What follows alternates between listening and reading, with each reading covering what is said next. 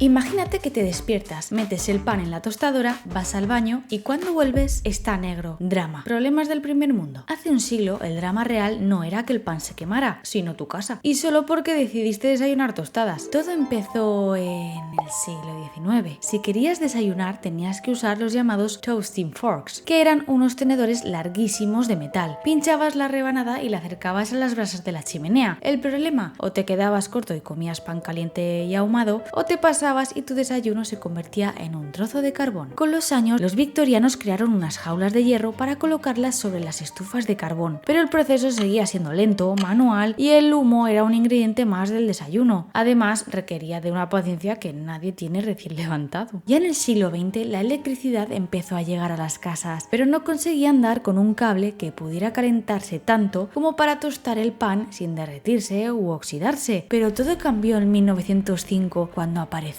Albert Marsh. Inventó el cromoníquel, una aleación de níquel y cromo. Vaya, no encuentro fallas en su lógica. Este era capaz de aguantar temperaturas extremas. Con el cable de Marsh y sin pagarle un solo centavo en derechos de autor, General Electric, que en ese momento era un titán imparable liderado por la sombra de Thomas Edison, lanzó en 1909 la tostadora D-12, considerada la primera tostadora comercial de la historia. Así que Marsh los demandó. Y tras un juicio épico, el pequeño inventor ganó, obligando al gigante a pagarle por cada tostadora vendida. Pero no cantéis victoria, porque desayunar seguía siendo un deporte de riesgo. El aparato no tenía carcasa protectora, no tenía botones, no tenía nada, solo cables ardiendo. Tenías que quedarte de pie mirándolo mientras tostaba el pan y luego sacarlo tú mismo. Cansado de perder las huellas dactilares, en 1913, un inventor llamado Lloyd Kaufman pensó que había que humanizar el invento. Creó el primer mecanismo de volteo automático. Ya no hacía falta tocar el pan ardiendo. Bajabas una pequeña palanca exterior, la rejilla se abría sola y por pura gravedad la rebanada se daba la vuelta, aunque seguía siendo igual de peligroso como te despistaras un segundo. En 1919, Charles Stride, un mecánico de Minnesota, combinó en un solo aparato la resistencia de cromoníquel, un temporizador mecánico y unos muelles conectados a una palanca y...